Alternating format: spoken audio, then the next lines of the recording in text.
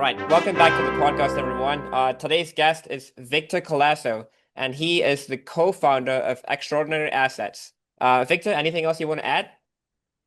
Hey, thanks for having me. Yeah, so basically, I'm a real estate investor. We're focused on multifamily properties and assisted living facilities. So, I started my other journey just like others, working a full-time job, looking for a way to create some passive income and long-term wealth. And basically, over time, that side hustle turned into a full-time business. So, yeah, so today we're investing in multifamily properties across the U.S., working with passive investors, helping grow their capital while improving communities. Cool. Great, great, great. It sounds like you've been on quite a journey and you've been quite successful. I like that. All right, so let's jump into some questions. So, how did you first get into real estate? What inspired you, and what was the aha moment where like a light bulb went off and you decided to focus on multifamily and maybe also assisted living?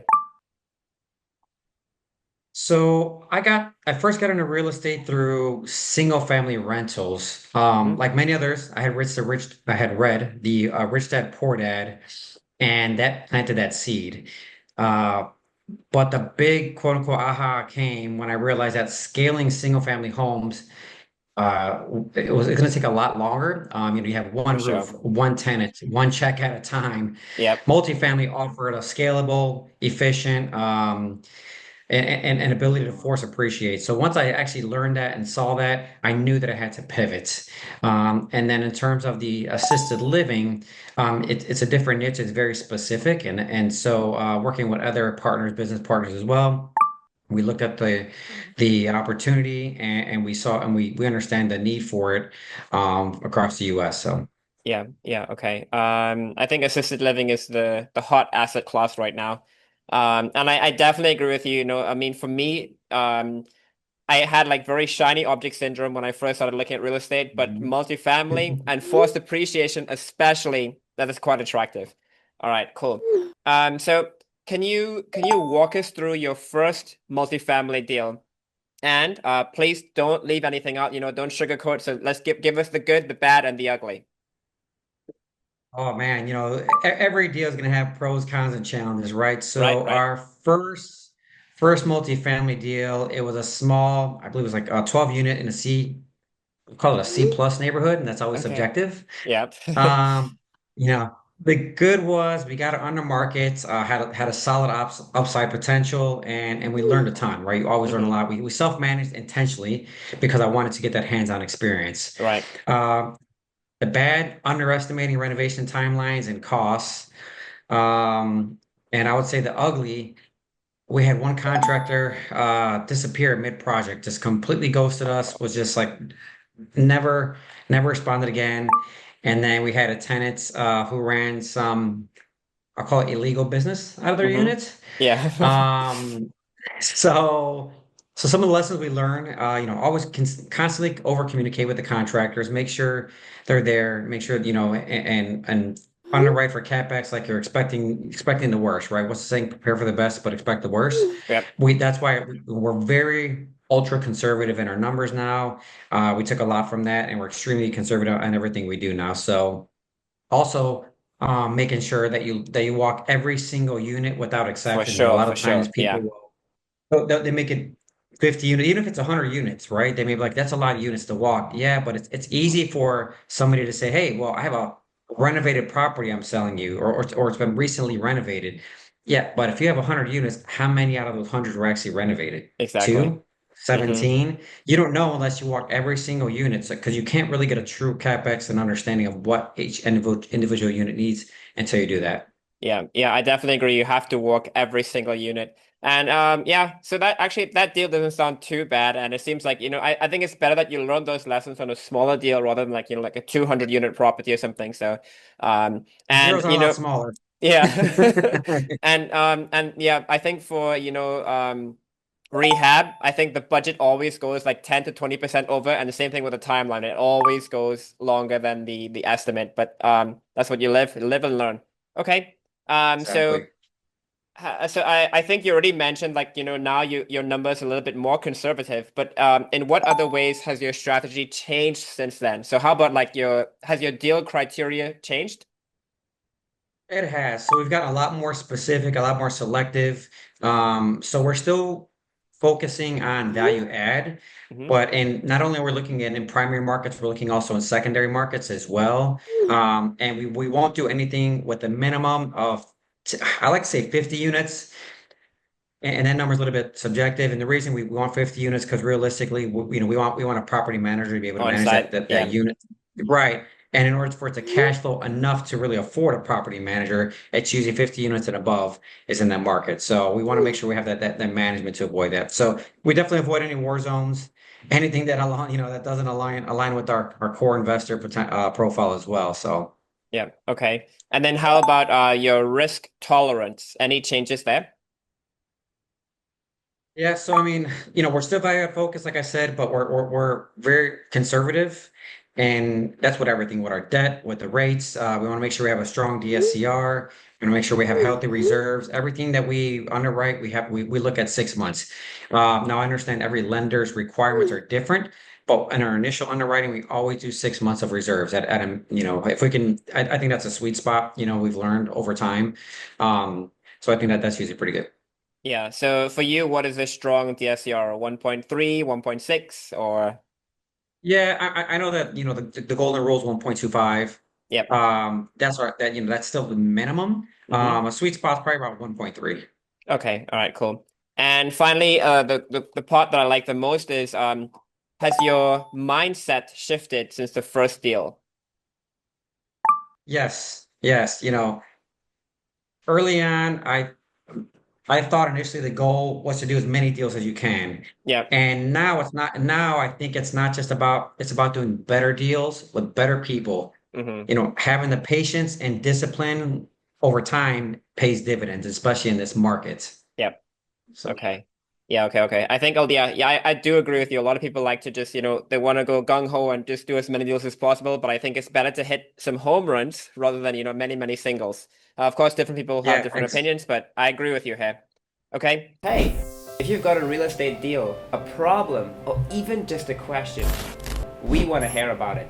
Doesn't matter if it's big, small, complicated, ugly, or somewhere in between. If it's a good deal, we're absolutely interested. Period. And if you've got capital, you need to put to work in solid real estate opportunities. We've got those too. Either way, let's talk. Here's how this works. We always need more deals. We always need more capital. And we always find a way to make it happen. No games, no runaround. If we can't work together directly, we'll hand deliver you to someone who can. And then let's shift over to like tips and pitfalls.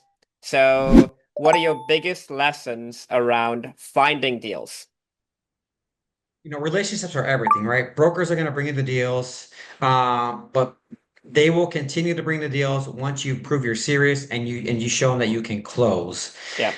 That's the thing about brokers, right? There's some great brokers out there, but they want assurance of closing, and so.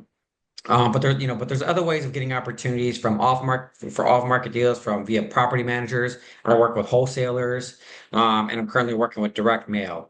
The thing about wholesalers specifically is they have to be very familiar with what it is you're looking for, and they have to understand multifamily specifically, right? Because it's not like you're flipping houses; it's a Yep. different niche. Yep. So when I work with wholesalers, I make sure that they really understand on the multifamily side and what we're looking for.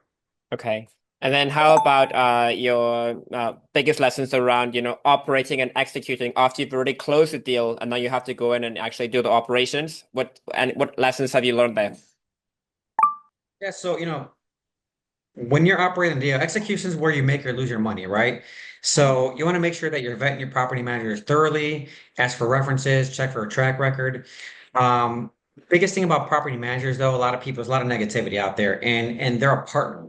So by working with them and showing them at the beginning when you close on a deal and you hire that property manager, you explain to them, most of them know, unless you're doing a JV, that you're syndicating a deal. Yep. And so when you explain, hey, I have investors, I have metrics I have to meet, and you share that with them, they're a lot more likely to help you meet those goals and those KPIs. Hmm. If you don't tell them that, they don't know. Yeah. Yeah, And a lot of people get frustrated. A lot of operators get frustrated, like, well, my property manager is terrible. They're not making my key KPIs. I'm like, well, did you talk to them? Do they know that? I don't want to share that with them. Well, how are they supposed to know that? exactly, exactly. So it You got comes to down set those to expectations. exactly, yeah. Yeah. So again, communication and relationships important, important. And so I think, another very important thing to consider is like exiting. So like, different exit strategies. What lessons do you have or what thoughts can you share with, exiting the deal further down the line? When you exit, you need to plan your exit before you buy. So you need to understand, well, nobody knows what the future holds, right? And Hmm. most hold are 5 years, so whether it's refinance, selling, 1031 exchange, but having that business plan from day one is going to help shape your business throughout the hold. It's gonna, you're gonna have a target that you're going towards at the end of the day. Hmm. But you need to make sure you're understanding what that exit strategy is. That now it can change. You may want to you may say year five we're going to sell it, but then the market drops down for whatever reason, you get better rates, you refinance, right? Or Yeah, or vice versa. right. Okay.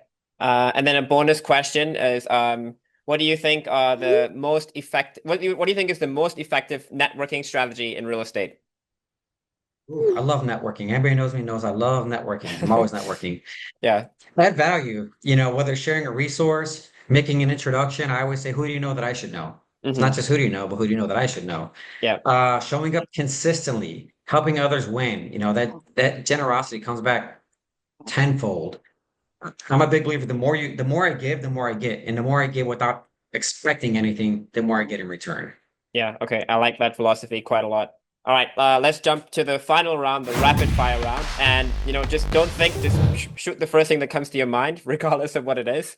Okay. So, the first question is, what is your worst tenant story? Worst tenant story for our property in Kansas. We had a tenant where I was on site there, and we were walking the property. The tenant had moved out, but prior to that, they found out the tenant was literally taking apart engines and, Hmm. and, and taking the engine through a back window and putting the engine in one of the bedrooms. So when they found this tenant, there was grease all over the bedroom. It was like car parts. Uh-huh. Yeah, it was like you could have. And then they were literally taking the back window apart Yeah. to put the engine in. They were sneaking it in. Oh, by the So way, what a yeah, you coincidence. you you hear everything. No, I Yeah. know this story. I know this story. So was Nitin, John, Abraham on this deal as well with you? Yeah, yeah. Yes. Okay, okay. I Yes. know, I know this story. So what a coincidence. Yep. Okay, Yeah, John. cool. Yeah, we're on the same deal. Yeah. And then how about your favorite expense saving hack? My favorite expense saving hack. Yeah. There's a lot of ways you can save money, a lot of ways you can save expenses. One great way is to do a sub metering. Hmm. If you sub meter the water specifically, there's a huge difference in utility bills, and because it encourages the tenants to be more responsible. Yeah. If you sub meter and they know how much, they know that they have to pay, then they're gonna watch typically what that number is right at the end of the day. Yep. Okay. And then how about, so yeah. So there's like a lot of advice floating around in the real estate world, some good, some bad, some whatever else. So what do you think is some of the most overrated advice with respect to real estate? Some of the overrated advice. With respect to real Just buy estate, yeah. anything. Just buy anything, and the market's always going to go up. Hmm. That Yeah. that that's we know that's That's that's that's not very true. Just dangerous thinking. Yeah, okay. it's different than just it's. I'm a believer in taking action, right? So there's a Hmm. difference between buying anything just to buy it and taking action, taking the right action, right? You have to take action, but just don't buy anything. Be a little bit selective and specific. For sure. Okay. And then conversely, what do you think is the most underrated advice with respect to real estate? Some of the underrated is, I wear the cash flow hat, right? Underrated is the power of buying based on cash flow and forced appreciation potential, and Hmm. not just the hype. These are facts, these empirical numbers. These are numbers you can increase by adding value to a property, increasing the rents, which again increase the NOI and it forces the appreciation. So these are just, this is extremely underrated because it works at the end of the Hmm. day. Yeah, yeah, I think so. I think cash flow is king. If you don't Okay, have and cash flow, you can't pay your bills. Yeah. exactly, exactly.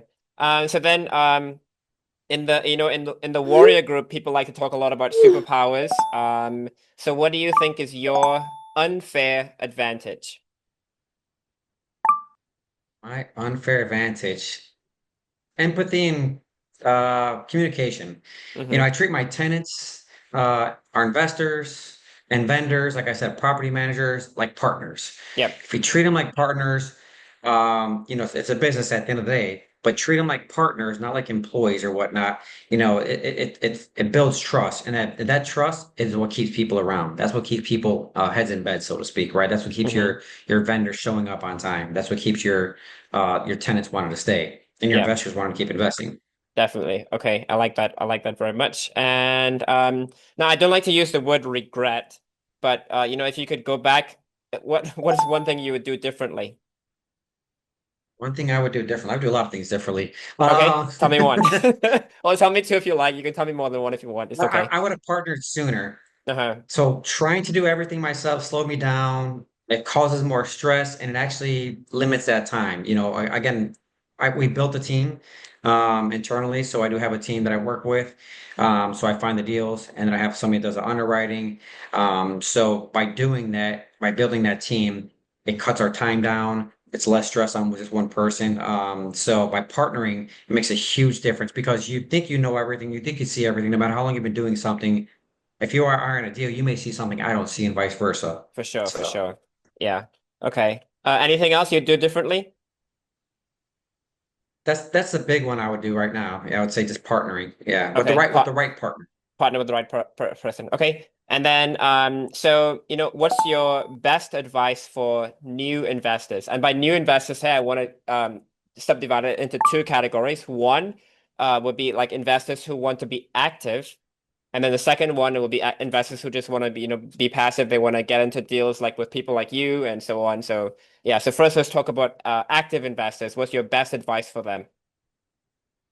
Say that both for active and passive would be to get educated, Hmm. understand the numbers, whether you're an active investor or passive, because you need to understand from both sides the numbers from that perspective. But from an active one, I would say get educated, but don't get stuck in analysis paralysis. Hmm. We can listen to podcasts, we can watch videos, we can read books, and that's great, you know, but take that first step.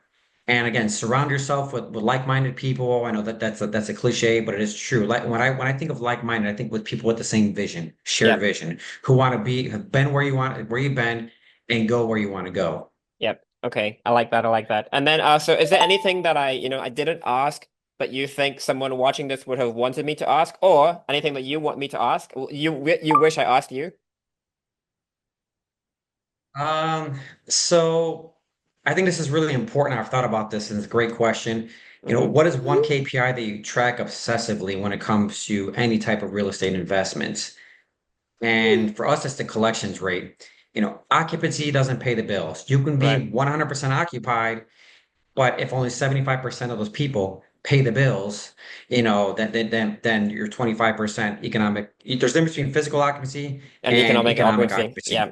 Exactly. So we look at that economic occupancy just as much as the physical, because again, we want to make sure that people are actually paying. Yeah, okay, okay. I like that. That's actually very wise. Okay. So is there any projects is what's one project that you're working on right now that you may be excited to share? Or if somebody wants to, they want to get in touch with you, maybe they think, oh, Victor, he seems like he knows what he's talking about. I want to, maybe invest with him, or I want to maybe learn from him. Um what's the best way for someone to get in touch with you?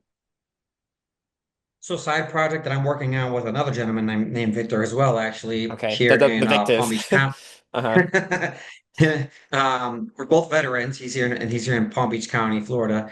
And what we're doing is we're working with the local officials to assist with helping with homelessness and veteran homelessness. So what we're Hmm. doing is we're going to be building. We're going to be doing new development here in Palm Beach County. So that's a project, that's a side project that we're very passionate about that we're currently working on right now. Definitely understandable. Okay. And then how can people get in touch with you if they want to? Sure, through our website, extraordinaryassets.com. They can just email me, call me, text me. I'm on all the social media platforms as well. So I'm heavily on LinkedIn as well. So I'd love to connect with those that are on LinkedIn as well. Okay, great. Okay, so what I'll do is I'll put all your information on the bottom of the screen and in the video description later on when it's ready, but it might be, a few weeks. Kind of Yeah, yeah, no worries. backlogged a bit. But anyway, okay, so I think that's about it for today, but again, really want to thank you for, taking the time out to speak with me today. I think it was a very valuable conversation. And I think that I really like a lot of stuff you said, like being empathetic and also, maybe giving without expecting anything in return. I love that a lot. I love that a lot. And I think that Yeah, and I don't say that it's it really is true. I find that, and whether everybody thinks right away it's giving money, yeah, that may be part of it, but it's more than that. It's giving your time, giving your education, giving your experience, your knowledge, like what you're doing right now makes a mhm. huge difference, right? Just I go to a ton of networking events. I was one at last night, and same thing, and that's what I try and uh, a lot of people want to get. And I'm like, well, you got to give too. It's not Yeah. just about getting. It's not what you can get. It's about what you can give. But no, they were great questions, by the way. Okay. Great Thank questions. you. Like, Well, yeah, made me really had to think about some of these. I'm like, man, these are great.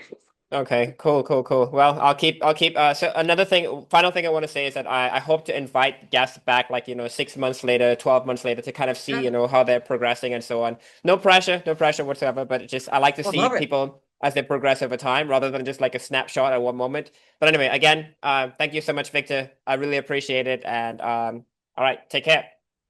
All right, go. Have a good night. Have a good day for you. All right, man.